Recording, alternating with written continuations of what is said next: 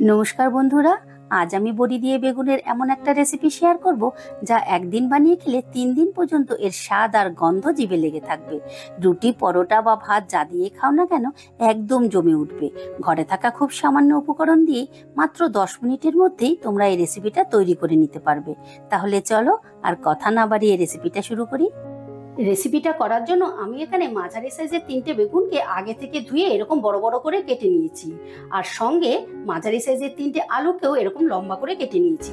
এই রেসিপিটা করার জন্য সবজিগুলো এরকম বড় বড় করে কাটলেই কিন্তু রান্না করতে সুবিধে হবে। এবারে রান্নার জন্য গ্যাস ধরিয়ে একটা কড়া বসিয়ে দিয়েছি, কড়াই দিয়ে দিচ্ছি সাদা তেল। এবারে তেলটা গরম হয়ে গেলে প্রথমে আমি 1 মুঠো বড়ি ভেজে নেব। এখানে আমি বিউলির ডালের বড়ি নিয়েছি। গ্যাসের আঁচটা মিডিয়ামে রেখে বড়িগুলো আমি বেশ লাল লাল করে ভেজে নিচ্ছি। বড়িগুলো বেশ লাল লাল করে ভেজে নিয়েছি। এবারে বড়িগুলোকে তুলে নিয়ে ঠান্ডা করে আধ ভাঙা করে নেব। এবারে ওই তেলের মধ্যে আবারও আমি 2 চামচের মতন তেল দিয়ে দিলাম। তেলটা গরম হয়ে গেলেই তেলের মধ্যে দিয়ে দিচ্ছি অল্প একটু নুন, দিয়ে দিলাম অল্প একটু হলুদ। এবারে নুন হলুদটা তেলের সঙ্গে ভালো করে মিশিয়ে নিয়ে আলুগুলো ভেজে নেব।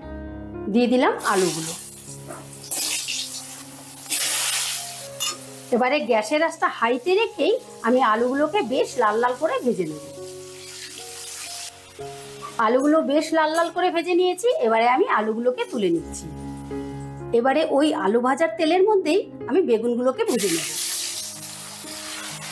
দিয়ে দিলাম অল্প একটু নুন, দিয়ে দিচ্ছি অল্প একটু হলুদ। এবারে নুন আর হলুদ দিয়ে বেগুনটাও বেশ লাল লাল করে ভেজে নেব। বেগুনগুলোকেও বেশ লাল লাল করে ভেজে নিয়েছি। এবারে বেগুনগুলো তুলে নেব। এবারে আবারও আমি 2 চামচের মতন সাদা তেল দিয়ে দিলাম। তেলটা গরম হয়ে গেলে দিয়ে দিচ্ছি ফোড়ন। ফোড়নে দিচ্ছি এলাচ, দারচিনি, শুকনো লঙ্কার গোটা জিরে।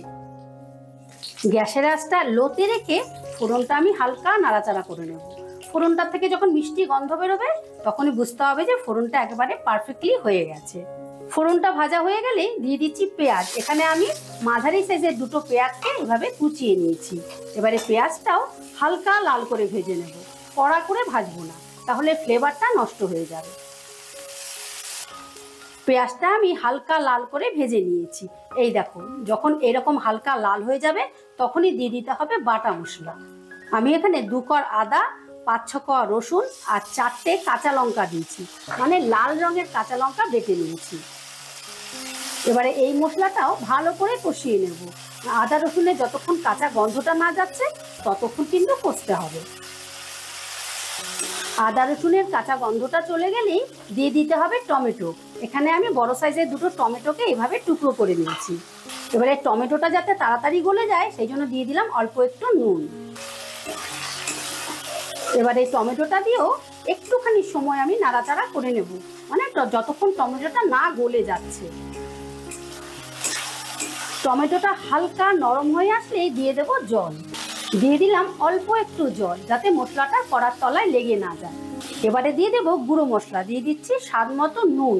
টমেটোর মধ্যে যেহেতু নুন আছে, নুনটা কিন্তু একটু বুঝে দিতে হবে। পরিমাণ মতো হলুদের গুঁড়ো, 1 চামচ জিরের গুঁড়ো, 1 চামচ ধনের গুঁড়ো, 1 চামচ শুকনো লঙ্কার গুঁড়ো, 1 চামচ সবজি মশলা। এই সবজি মশলাটা দিলে কিন্তু রান্নার মধ্যে ফ্লেভারটা খুব ভালো আসবে। এবারে দিয়ে দিলাম 1 চামচ কাশ্মীরি লঙ্কার গুঁড়ো। আমি সমস্ত মশলাটাই কিন্তু এই ছোট চামচের 1 চামচ করে দিয়েছি। এবারে এই মশলাটাকেও প্রায় 4-5 মিনিটের মতন কষে নেব। যতক্ষণ না মশলাটা তেল রিলিজ করছে ততক্ষণ আমি কষতে থাকবো। মশলাটা যত ভালো কষা হবে রান্নাটা খেতে কিন্তু ততটাই ভালো হবে। মশলাটা বেশ কিছুক্ষণ কষার পর যখন এরকম তেল ছেড়ে দেবে তখনই দিয়ে দিতে হবে ভেজে রাখা আলুগুলো। একই সঙ্গে দিয়ে দিচ্ছি টেস্টের ব্যালেন্সের জন্য 1 চামচ চিনি। এবার এই আলুটা দিয়েও মশলাটা বেশ ভালো করে কষে নেব। বন্ধুরা, এই রান্নাটা কিন্তু রুটি, লুচি, পরোটা বা ভাত যেটা দিয়ে খাও খেতে খুব ভালো লাগে। বিশেষত রাতের বেলায় যদি গরম গরম রুটির সাথে পাওয়া যায় তাহলে তার কোনো কথাই নেই। আলু দিয়ে মশলাটা বেশ কিছুক্ষণ কষার পর যখন এরকম মন্ড মতন হয়ে আসবে তখন আলুটা সেদ্ধ হবার জন্য দিয়ে দিতে হবে জল। আমি এই কাপটার গলা কাপ জল দিলাম। জলটা দিয়েও ভালো করে নাড়াচাড়া করে দিচ্ছি। জলটা বেশি দিলাম না, কারণ আলুটা সেদ্ধ হওয়ার মতনই জলটা দিলাম। রান্নাটা আমার একটু মাখো মাখোই হবে, তাহলে খেতে খুব ভালো লাগবে। এবারে আলুটা সেদ্ধ হওয়ার জন্য 5 মিনিটের মতো ঢাকা দিয়ে দিলাম। 5 মিনিট বাদে ঢাকাটা তুলে নিলাম। দেখো ঝোলটাও একদম পারফেক্ট হয়ে গেছে আর আলুগুলো একেবারে সুসেদ্ধ হয়ে গেছে। ঠিক এই পজিশনে আসলেই দিয়ে দেব ভেজে রাখা বেগুনগুলো। বেগুনগুলো আগে থেকে দিলে কি হবে, অতিরিক্ত গলে যাবে, তাই বেগুনগুলো অবশ্যই পরে দিও। আর দিয়ে দিচ্ছি ভেজে ভেঙে রাখা বড়ি। আর এই বড়ি দেওয়াতেই কিন্তু রান্নার ফ্লেভারটা বা স্বাদটা দুটোই কিন্তু আলাদা রকম হবে। তাই তোমরা একবার হলেও এই রেসিপিটা তৈরি করে খেও। এবার সমস্তটা আবারও ভালো করে মিশিয়ে নিলাম। সমস্তটা ভালো করে মিশিয়ে নিয়ে ইভেনলি সেদ্ধ হবার জন্য 2 মিনিটের মতো ঢাকা দিয়ে দিলাম। 2 মিনিট বাদে ঢাকাটা তুলে নিলাম। দেখো ঝোলটা শুকিয়ে একেবারে পারফেক্ট হয়ে গেছে। আর ঠিক এই রকমই একটু রসা রসা রাখতে হবে, তাহলে খেতে ভালো লাগবে। দেখতে কতটা লোভনীয় লাগছে না? আর দারুণ একটা ফ্লেভার বেরিয়েছে কিন্তু। এবারে নামাবার আগে দিয়ে দিচ্ছি 1 মুঠো ধনেপাতা।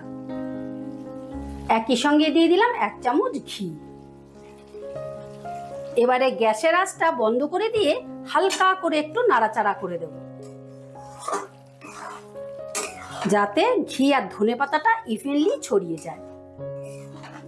এবারে 2 মিনিটের মতো স্ট্যান্ডিং টাইমে রেখে তোমাদেরকে পরিবেশন করে দেখাচ্ছি। তো বন্ধুরা, বড়ি দিয়ে আলু বেগুনের তরকারি ফাইনালি রেডি। আজকের ভিডিওটা ভালো লেগে থাকলে আমার চ্যানেলটা সাবস্ক্রাইব করে পাশে থাকার অনুরোধ রইল। আবার দেখা হচ্ছে নতুন কোনো ভিডিওতে। ঠিক আছে, টাটা।